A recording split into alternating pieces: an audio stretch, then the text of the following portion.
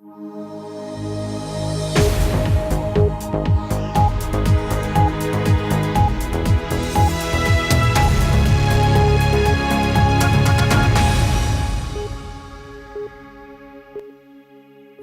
and welcome to this special edition of BBC News. I'm Ryan. And I'm Zoe. And we, the Journalism GCSE students of the Verbal Arts Centre, are here to present our own school report. Our class does more than what it says. It brings skills from across Derry, London, Derry together and allows students to interact and meet new people. And now for the news. Today's headlines are: The world's oldest department store shuts right here in Derry. Political reaction to Martin McGuinness's decision to switch consistencies. Could Derry become European Youth Capital? Plus, a sneaky peek at a fantastic Lego exhibition. And finally, American football touches down here in the Northwest. But first, Austin's, the world's oldest independent department store, has sadly closed its doors, leaving 53 people unemployed. Our correspondent Jodie is on scene with the people's opinions. Over to you. I'm sitting outside Austin's, the iconic landmark building which sadly closed its doors on Tuesday after going into liquidation. The building holds many fond memories for many in the city. The store that dates back further than Harrods in London and Macy's in New York. I've been getting the reaction. How do you feel about the closure of Austin's? It's a loss of jobs again in Derry, you know what I mean? It's them people, 30 years they've been there and no redundancy money. I mean, how are they going to survive, you know? Well, Austin's has always been here since I was in upper, you know, so what are they going to do? Unless somebody buys it and, you know, brings it back again. How do you feel about the closure of Austin's? I'm absolutely devastated. I think it's just a crying shame for Derry. The history of Austin's alone should have stood on its own, but it's times here now are very hard. Being a businesswoman myself, it's very tough in Derry, but I think it's just driving past and the shutters down is just devastating. So people are really shocked from the great loss of the city. This is Jodie from Verval's School of Journalism reporting for BBC School Report. Thanks for that, Jodie. With less than 2 months to the Assembly elections here in the Foyle constituency, people are waiting to see whether Martin McGuinness will steal the seats from the SDLP. Foyle has been a stronghold for the SDLP for 40 years, but could there now be a change? Shay reports. We have been to St Columb's College to interview some AS politics students and some staff on their opinions of Sinn Féin's Deputy President and Northern Ireland's Deputy First Minister, Martin McGuinness, and his change of constituencies from Mid Ulster to Foyle. Right, I think this is a tactical move by Sinn Féin to try and get extra seats in the Foyle constituency. Up to this point, SDLP have always returned more votes and seats than Sinn Féin, and the last election was very close.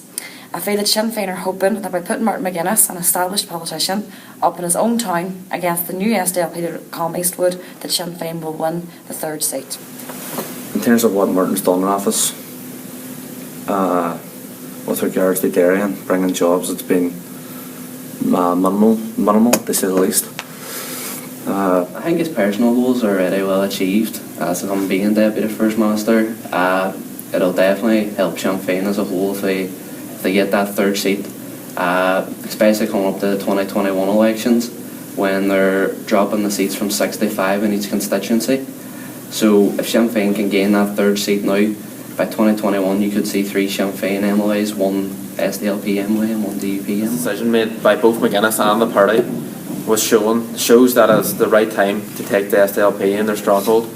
McGuinness is a Sinn Féin figurehead, a heavyweight, and Sinn Féin hope they'll have a triumphant return to Derry. So the Assembly elections on May the 5th, then we will finally find out if this unexpected move in constituencies will result in losses or gains for Sinn Féin and the Deputy First Minister. This is Shay, reporting for BBC School Report, Derry. Thanks for that, Shay. In 2013, Derry London Derry took in the mammoth title of UK City of Culture. Not only did the city see a boom in tourism, but cross-community relations blossomed. The following year, the city took the title of Music City, with the programme bursting full of fantastic events. But now it's young people's turn to take action. Over to Sara with the full story. Derry has put in a bid for European Youth Capital 2019 in the hope of creating better living, working, studying and enjoyment facilities for young people aged 15 to 24. Today I will be talking to Derry City and Strabane District Council Arts Officer Brendan McMenamin. Derry will have a chance to show off its youth-related cultural and social aspects. Do you have any idea of the projects that could be included if Derry was to win? So the initial first bid that we've put in is based on the consultation of what young people tell us that what they want, okay?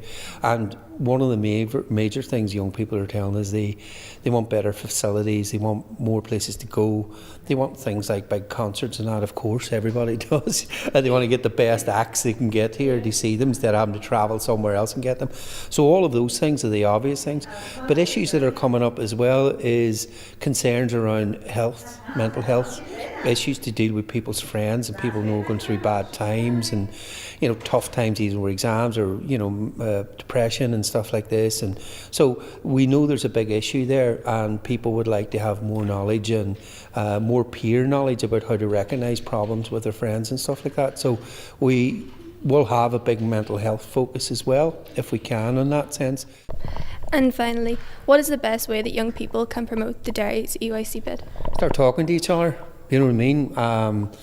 How many types of communication is there available to us now? We all know that in terms of multimedia, but even just in the classroom and around the whole idea of European Youth Capital is like, what would you like to see happening here? What is your ideas? There is a very good media portal set up by council at the minute to allow young people to go on and voice their opinion and have a voice and have an opinion, and I think you should do that as much as possible. But generally the idea is that, you know, have you ever talked to someone in your class about this whole idea, European Youth Capital? Maybe a lot of people haven't, just. So it's really about starting the conversation. It's really about sort of start to ask the questions. What is this thing about?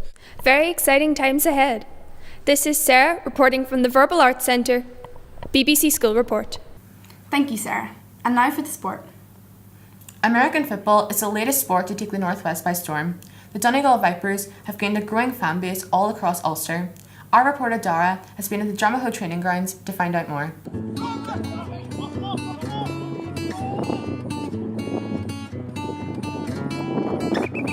So I'm down here at the YMCA on the outskirts of Derry, and I'm joined by Sean, the chairman of the Donegal Derry Vipers. So Sean, how was the club started? The club was started back in October 2014, and it was a guy, Cathal Curran, just started it. They just really seen a gap in the market, and the fact that there was no American football in the Northwest apart from the Tyrone Titans. So we just really started up based on that. They had a lot of background in GAA and rugby and stuff like that, so they just really wanted to diversify in our sport. And what are your hopes for the season ahead? Well, last season we won one game. This season we're looking to one more. So we're looking to try and win all of our games, but I think realistically just an improvement on last season. So this was Dara for BBC School Report at the YMCA just outside Derry.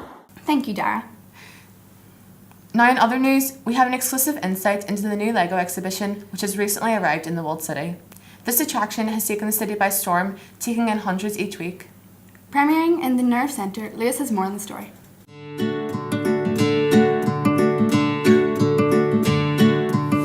Hi, I'm Lewis, and like many others, as a child I used to play with Lego, and I find it great that here in the Nerve Centre in Derry we get to see an exhibition full of Lego models, so let's go take a look. My name is Bernie Jenkins and I work with the Lego department in Derry City and Strabane District Council, and this exhibition in the Nerve Centre is an exhibition of Warren Elsmore's work. He is an architect and designer of Lego. He takes the ancient world and the modern world and he creates pieces of Lego using hundreds and thousands of Lego pieces. The exhibit that's housed here in the Nerve Centre at the minute only is his work. We can see the Great Pyramid of Pisa, we can see London Bridge as it would have been at the turn of the 18th century. And this is one I was talking to you earlier about the London Bridge. We can see that it's transferred into a market stall. There's over 100 shops on display there. And then we're walking over here now. My favourite is the airport here, fully laid out with hangars and airplanes, etc. It's actually really cool. Like, I wasn't expecting it to be like this great, but I really love this one. Yeah, it's really accurate and the detail is pretty good because you can see all the different characters in all the different areas. So if you want to come see the Brick Wonders exhibition, it's in Derry in the Nerve Centre until the 2nd of May. I'm Lewis, BBC School Report.